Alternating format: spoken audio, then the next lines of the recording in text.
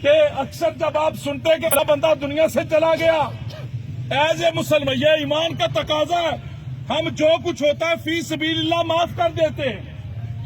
اب لوگ کہتے چلو جی خدا کی رضا کے لیے معاف کیا، لیکن کبھی دنیا کے اندر بیٹھے ہوئے وہ مظلوم جب اس ظلم کو یاد کرتا ہے تو ادھر عذاب والے فرشتے اس کی ظالم کی قبر کے اندر آن پہنچتے ہیں اور اسے عذاب دینا شروع کر دیتے ہیں۔ اس لیے حقوق اللہ تو وہ اس کے یہاں جائے گا، وہ دیکھے گا۔ پھر ہمارے یہاں ایک جنازے پہ حضرت اعلان کیا جاتا ہے کہ مرنے والے کے ذمے جو قرضہ ہے، ایک تو قرضہ ہوتا ہے نا جو آپ نے نقدی لیا، جیسے یہ ہمارے بھائی دنیا سے چلے گئے، ان کی سبزی کی دکان تھی، اب ان کے بھائی کہہ رہے تھے ان کے ظاہر ہے لین دین کے معاملات منڈی والوں کے ساتھ بھی ہوں گے، باقی لوگوں کے ساتھ بھی ہوں گے، بہت سارے معاملات ہوں گے۔ وقتی طور پر آپ ایسے کریں، اگر کہیں یہاں پہ ان کے جتنے لین دینے والے موجود ہیں، وقتی طور پر آپ فی سبیل اللہ اسے معاف کر دیں۔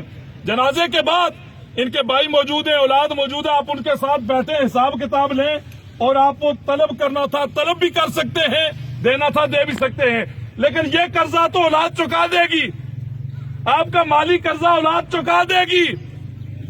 لیکن جس مظلوم پہ آپ ظلم کر کے چلے گئے، غور کریں وہ قرضہ کون چکائے گا؟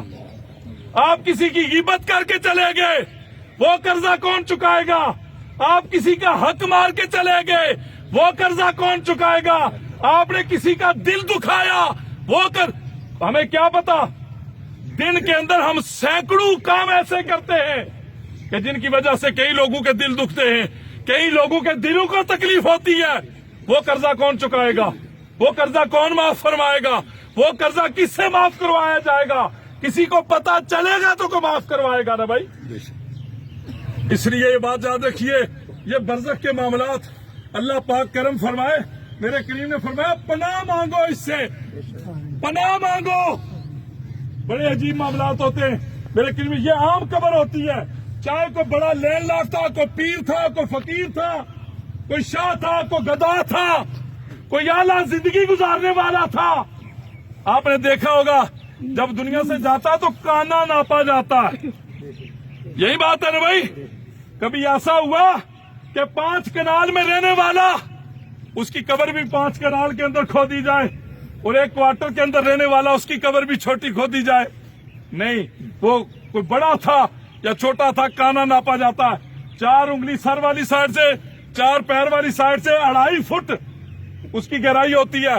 وہ ایک گڑھا کھود کے وہ پیر صاحب تھے تب، یا کوئی مانگ کے کھانے والا تھا تب، کوئی لگژری زندگی گزارنے والا تھا تب، یا جھونپڑی میں رہنے والا تھا تب اس کے اندر رکھ دیا جاتا ہے۔ اب اگلی بات سنیں، میرے کریم نے فرمایا وہ جو 2.5 فٹ کا گڑھا ہے، غور کیجئے گا، توجہ چاہوں گا آپ کی، میں بات کو کلوز کرنے لگا ہوں، وہ جو 2.5 فٹ کا گڑھا ہے، میرے کریم نے فرمایا یا تو اسے 70 گز مشرق اور مغرب کی طرف کھول دیا جاتا ہے اور جنت کی کھڑکیاں کھول دی جاتی ہیں، یا پھر اسے اتنا کلوز کر دیا جاتا ہے کہ مردے کی پسلیاں ایسے کراس ہو جاتی ہیں اور جہنم کی آگ، جہنم کے دروازے کھول دیے جاتے ہیں۔